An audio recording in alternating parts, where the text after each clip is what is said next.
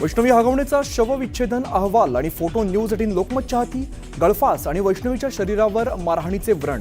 वैष्णवीचा मृत्यू मारहाणीमुळेही झाल्याचा अंदाज.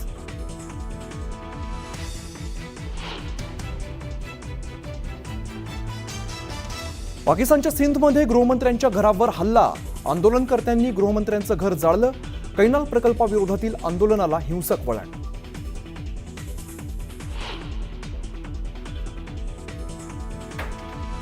पाकच्या हायकमिशनच्या संपर्कात असल्याची युट्यूबर ज्योती मल्होत्राची कबुली. चॅनलचे लाईक वाढवण्यासाठी हेरगिरीच्या जाळ्यात अडकल्याची कबुली.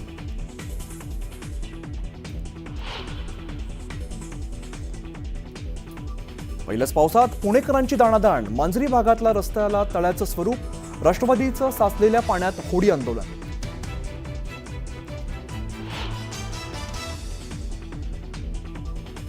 बोगस बियाणांना चाप बसवण्यासाठी मुख्यमंत्र्यांचा मोठा निर्णय. जिल्हाधिकाऱ्यांनी लिंकिंगबाबत कडक निर्देश द्यावेत.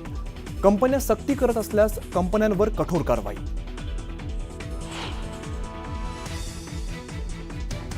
महाविस्तार एआय ॲपचं मुख्यमंत्र्यांच्या हस्ते उद्घाटन. राज्य सरकारकडून शेतकऱ्यांसाठी अधिकृत ॲप.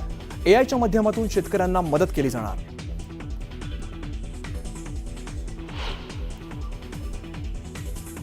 गणपतीत कोकणात जाणाऱ्या चाकरमान्यांसाठी खुशखबर. गणेशोत्सवात करता येणार आता समुद्रमार्गे प्रवास.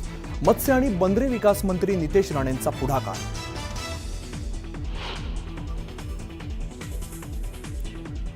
बडतर्फ आयएस अधिकारी पूजा खेडकरला अटकपूर्व जामीन मंजूर. पूजा खेडकरला सुप्रीम कोर्टाचा मोठा दिलासा.